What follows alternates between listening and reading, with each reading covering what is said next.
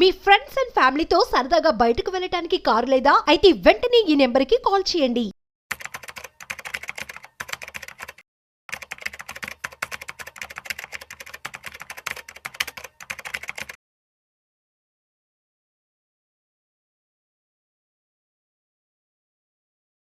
నమస్తే, welcome to Suman TV. నేను will Chakradhar. ఇవాళ మన టాపిక్ వచ్చి చూడండి, చాలామంది చెప్తున్నారు మార్కెట్లో. ఫర్ ఎగ్జాంపుల్ చెప్తాను, ఒక లార్జ్ క్యాప్ ఫండ్స్ తీసుకుందాం, అలాగే ఒక మిడ్ క్యాప్ ఫండ్స్ తీసుకుందాం, అలాగే ఒక స్మాల్ క్యాప్ ఫండ్స్ తీసుకుందాం. చెప్పుకోవడానికి అన్ని ఒకటే కేటగిరీ అయినా రిటర్న్స్ వైజ్ చూస్తే మాత్రం హ్యూజ్ డిఫరెన్స్ వస్తుందండి. ఒక ఫండ్ అదే లార్జ్ క్యాప్లో ఉన్న ఒక కంపెనీ మనకి 18% రిటర్న్ ఇస్తే, అదే లార్జ్ క్యాప్ ఫండ్ కేటగిరీలో ఉన్న వేరే ఫండ్ హౌస్ మనకి నామమాత్రంగా 8%, 9% రిటర్న్ ఇస్తుంది. అందుకు అంత గ్యాప్ వస్తుందని చాలా సందేహంగా ఉంటుంది. మీకు ఒక ఎగ్జాంపుల్ చెప్తాను చూడండి. సపోజ్ 3 ఫండ్స్ తీసుకుందామండి, 3 ఫండ్ హౌసెస్, 3 ఫండ్స్. సో ఒక ఫండ్ హౌస్లో HDFC bank, ICICI bank, Axis bank అనేవి మూడిట్లోనూ కామన్గా ఉన్నాయి. ఇప్పుడు ఒక ఫండ్ హౌస్ ఏం చేస్తుందంటే, హెచ్డిఎఫ్సి బ్యాంక్లో 50% అలొకేషన్ చేస్తుంది, 30% ఐసిఐసిఐ బ్యాంక్లో పెట్టింది, 20% యాక్సిస్ బ్యాంక్లో పెట్టింది అనుకుందాం. అలాగే వేరే ఫండ్ హౌస్ ఏం చేసిందంటే, ఐసిఐసిఐ బ్యాంక్లో 50% పెట్టింది, హెచ్డిఎఫ్సి బ్యాంక్లో 20% పెట్టింది, యాక్సిస్లో 30% పెట్టింది. వేరే ఫండ్ హౌస్ ఏం చేసిందంటే, ఈసారి యాక్సిస్లో 50% వాళ్ళు పెట్టారు, 20% ఏమో హెచ్డిఎఫ్సికి ఇచ్చారు, 30% ఐసిఐసిఐకి ఇచ్చారు. మేము కామన్గా చూస్తే ఏమవుతుందంటేనండి, అందరి దగ్గర సేమ్ 3 బ్యాంకులే ఉన్నాయి, హెచ్డిఎఫ్సి, ఐసిఐసిఐ, యాక్సిస్. కాకపోతే వాళ్ళ అలొకేషన్ ఏదైతే ఉందో అవి డిఫరెంట్గా ఉన్నాయండి. ఇప్పుడు మార్కెట్లో కనుక హెచ్డిఎఫ్సి బ్యాంక్ మంచి రన్లీలో ఉంటే కనుక, ఎవరైతే 50% కార్పస్ పెట్టారో హెచ్డిఎఫ్సి బ్యాంక్లో అది బాగా వెళ్తుందండి. సో అది గ్రోత్ అంటారు దాన్ని. సో అలాంటి గ్రోత్ కేటగిరీ ఉన్న వాళ్ళు అలా చేస్తారు. అలాగే ఐసిఐసిఐ బ్యాంక్లో ఎవరైతే ఎక్కువ పెట్టారో వాళ్ళు కాంట్రా ఫాలో అవుతున్నట్టు స్ట్రాటజీ అనుకోవచ్చు. అలాగే యాక్సిస్లో ఎవరైతే పెట్టారో వాళ్ళు వాల్యూ ఫాలో అవుతున్నట్టు అనుకోవచ్చు. సో ఇక్కడ చూడండి, ఒక్కొక్క ఫండ్ హౌస్ కొంతమంది గ్రోత్ స్ట్రాటజీని ఫాలో అవుతాయి, కొంతమంది కాంట్రా స్ట్రాటజీని ఫాలో అవుతాయి, కొంతమంది వాల్యూ స్ట్రాటజీని ఫాలో అవుతాయి. సో వాళ్ళు ఫాలో అయిన స్ట్రాటజీస్ ఒక్కొక్కసారి మార్కెట్ ట్రెండ్ ప్రకారం అవి మారిపోతూ ఉంటాయండి. అందుకే రిటర్న్స్ వాటి మధ్యన మారిపోతుంటాయి.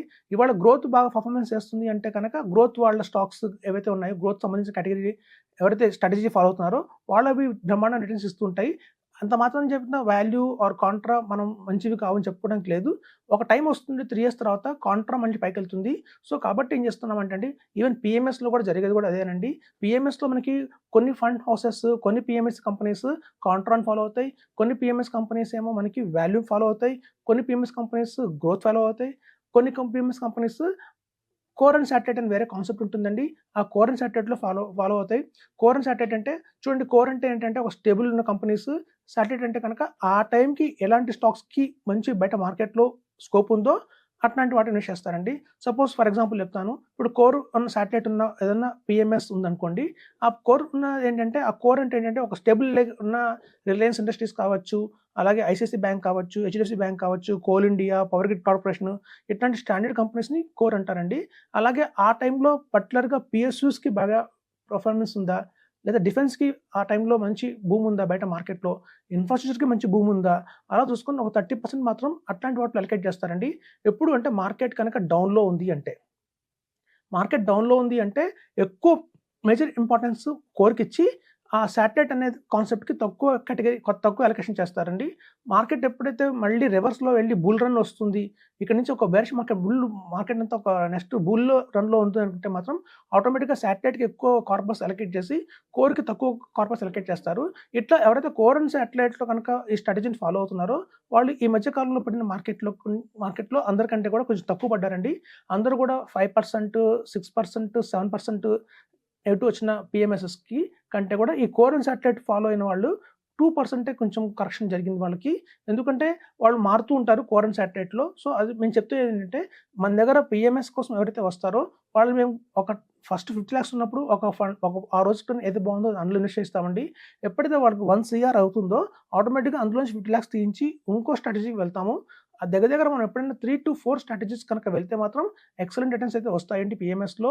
చాలామంది అనుకుంటారు పిఎంఎస్లో మనకి ఒక మంచి అమౌంట్ కావాలి, ఒక 3 crores ఉంటే కానీ మనం ఇన్వెస్ట్మెంట్ చేయకూడదు, 10 crores ఉంటే కానీ ఇన్వెస్ట్మెంట్ చేయకూడదు అనేది ఒక రాంగ్ పర్సెప్షన్ అయితే బయట మార్కెట్లో ఉందండి. అలాంటిదేమీ లేదు. చూడండి, మనం 3 crores వచ్చాక పిఎంఎస్ వేయాలి అంటే మనకి ఈ లైఫ్లో మనం వేయలేము. అలాగే మనం 10 lakh crores వస్తే కానీ మనకు వేయలేము అంటే మాత్రం అది ఈ లైఫ్లో సంబంధం అవ్వలేదు. సో అవ్వదు. కాబట్టి ఏంటంటే అలాంటివన్నీ మైండ్లోంచి తీసేయండి. ఎక్కడ కూడా security exchange board of India మనకి ఆ కండిషన్ పెట్టలేదు. మీ దగ్గర 3 crores ఉంటే కానీ మీరు ఇన్వెస్ట్మెంట్ చేయడానికి లేదని చెప్పి అలాంటి కండిషన్ లేదు. మీ దగ్గర నామాత్రం చేత 50 lakhs ఉంటే మాత్రం చాలండి. మనం హ్యాపీగా పీఎంఎస్లో ఇన్వెస్ట్మెంట్ చేసుకోవచ్చు. పీఎంఎస్లో ఇన్వెస్ట్మెంట్ చేసుకుంటే మనకి దీర్ఘకాలంలో మంచి రిటర్న్స్ వస్తాయండి కంపేర్ టు మ్యూచువల్ ఫండ్స్. ఎందుకంటే మ్యూచువల్ ఫండ్స్ చూస్తే మనం పెట్టే 5 ఫండ్స్ తీసుకుంటాము. ఆ 5 ఫండ్స్లో ఇండైరెక్ట్గా ఒక్కొక్క ఫండ్లో నుంచి 150 స్టాక్స్ ఉంటాయి. అల్టిమేట్గా మనం 750 స్టాక్స్లో మనం ఇన్వెస్ట్మెంట్ చేస్తున్నాము. ఇక్కడ పీఎంఎస్లో వచ్చి కేవలం 30 స్టాక్స్లో మన ఇన్వెస్ట్మెంట్ జరుగుతుంది. So best of the best 150 నుంచి తీసుకున్న స్టాక్సే కాబట్టి డెఫినెట్గా మనకి గ్రోత్ స్టోరీ ఉంటుంది. మన రాకేష్ జింజిన్ వల్ల తీసుకున్న, వారన్ బఫెట్ తీసుకున్న వాళ్ళు ఇన్ని స్టాక్స్ కొనలేదండి. కేవలం 30 స్టాక్స్ చాలు. సాలిడ్ స్టాక్స్ 30 ఉంటే చాలండి. ఇవే మీకు మంచి రిటర్న్ ఇస్తాయి. మీకే కాదు నెక్స్ట్ జనరేషన్స్ కూడా హ్యాపీగా ఉండొచ్చని చెప్తున్నాను. సో కాబట్టి మన PMS is the best option ఇక్కడ. సో మనం ఇట్లాంటి పీఎంఎస్లో కూడా ఆ టైంకి ఏదైతే ట్రెండ్లో ఉందో ఒక కోరెంట్ సాటిలైట్ స్ట్రాటజీయా, ఒక గ్రోత్ స్ట్రాటజీయా, లేకపోతే మనకి అన్ని స్ట్రాటజీస్లోకి ఇది బెస్ట్ తీసుకొని కనుక మనం ఇన్వెస్ట్మెంట్ చేస్తే మనం కనుక 3 to 4 years or 4 to 5 years కనుక హోల్డ్ చేయగలిగితే మీకు అత్యధికంగా మంచి రిటర్న్స్ అయితే గ్యారంటీగా వస్తాయి. మనం చూసాము గత 5 yearsగా చూస్తే కంపారిజన్ చేస్తే ఆల్రెడీ 2000 నుంచి 2020 నుంచి 2025 దాకా ఈ 5 yearsలో కనుక మనం కనుక బెస్ట్ ఆఫ్ ద బెస్ట్ పీఎంఎస్లు కనుక తీసుకుంటే మనకి చాలా మంచి రిటర్న్స్ ఇచ్చాయండి. కంపేర్ టు మ్యూచువల్ ఫండ్స్ కంటే కూడా బ్రహ్మాండంగా రిటర్న్స్ ఇచ్చాయి. ఇప్పుడు చాలా పీఎంఎస్ కంపెనీస్ వాటి మినిమం టికెట్ సైజ్ని మార్చేస్తున్నాయండి. రేపు మార్చి తర్వాత ఏప్రిల్ నుంచి కూడా కొన్ని కంపెనీస్ మినిమం 5 crores చేస్తున్నాయి. మినిమం 50 lakhs టికెట్స్ ఉన్న సైజు ఉన్న పీఎంఎస్ని 5 crores కింద మార్చే అవకాశం ఉంది, 1 crore కింద మార్చే అవకాశం ఉంది. చూడండి సెబీ చెప్పింది 50 lakhs పెట్టండి అని చెప్పి, కానీ కంపెనీస్ కూడా వాళ్ళకి చాయిస్ ఉంది. మా కంపెనీ వాళ్ళ కనుక పీఎంఎస్ చేయాలి అంటే మినిమం 5 share కావాలి, 1 share కావాలి డిమాండ్ చేసే రోజులు వస్తున్నాయి. సో కాబట్టి 50 lakhs ఉన్నప్పుడే మీరు ముందే మనం కనుక పీఎంఎస్లో తీసేసుకుంటే తర్వాత వాళ్ళు 5 crores 1 crore మార్చినా కూడా దాని బట్టి అయితే మన మీద ఉండదు. కాబట్టి చెప్తున్నానండి చాలా పీఎంఎస్లు ఆలోచిస్తున్నాయి. ఎందుకంటే ఇప్పుడు అవేర్నెస్ బాగా పెరిగింది పీఎంఎస్ మీద, ఇన్ఫ్లోస్ బాగా వస్తున్నాయి. ఎప్పుడైతే కార్పస్ బాగా వచ్చాయంటే మళ్ళీ దాన్ని మ్యూచువల్ ఫండ్ లాగానే అవుతుంది. అది కూడా దాన్ని మెయింటైన్ చేయలేరు, అంత స్ట్రాటజిస్గా వాళ్ళు ప్లాన్ చేయలేరు. కాబట్టి వాళ్ళు హెచ్చుగా ఎందుకు పెట్టారు 50 lakhs అంటే మాత్రం కంట్రోల్ చేయడానికి, పబ్లిక్ని కంట్రోల్ చేయడానికి, కార్పస్ని కంట్రోల్ చేయడానికి మాత్రం 50 lakhs అనేది బెంచ్ మార్క్ పెట్టారు. ఇప్పుడు 50 lakhs వస్తే 1 crore 2 crores అయిందంటే మాత్రం మన లైఫ్ టైంలో వేయలేమండి పీఎంఎస్ని. కాబట్టి పీఎంఎస్లో వేయండి, ఒక 5 years చూడండి. మీకు నచ్చకపోతే మ్యూచువల్ ఫండ్స్లో రావచ్చు. మ్యూచువల్ ఫండ్స్ నుంచి పీఎంఎస్కి వెళ్ళలేం కానివ్వండి, పీఎంఎస్ నుంచి మళ్ళీ మ్యూచువల్ ఫండ్స్ మనకు బ్యాక్ రావచ్చు కావాలంటే, మీకు ఆప్షన్ ఉంది కదా. కాబట్టి మీరు చూడండి, ఒక 5 years 6 years చూడండి, ఒక మంచి స్ట్రాటజీలో ఇన్వెస్ట్మెంట్ చేయండి, మీకే అర్థమవుతుంది. అలా అర్థం చేసుకున్న తర్వాత మీరు కంటిన్యూ అవ్వాలా లేదా అని డెసిషన్ ఒకటి తీసుకోండి మీరు. కాబట్టి ఒక మంచి అవకాశాన్ని మిస్ కాకండి. ఎప్పుడైతే కనుక ఈ 50 lakhs ఒక మంచి ప్రైమ్ కంపెనీస్ ఏవైతే ఉన్నాయో బయట మార్కెట్లో, వాళ్ళందరూ కూడా 50 lakhs నుంచి 1 crore చేద్దామా 2 crore చేద్దామా అన్న ఆలోచనలో ఉన్నారు. సో అది అవ్వక ముందే కనుక మనం కనుక జాయిన్ అయిపోతే మీకు 50 lakhs మనకు వచ్చేస్తుంది. పార్టిసిపేట్ చేసిన వాళ్ళం అవుతాము, దాని గురించి తెలుసుకునే వాళ్ళం అవుతాము. ఒకళ్ళు చెప్పేదానికంటే కూడా మనం ప్రాక్టికల్గా అనుభవిస్తే మనకు అది తెలుస్తుంది డిఫరెన్స్ ఏంటి అని.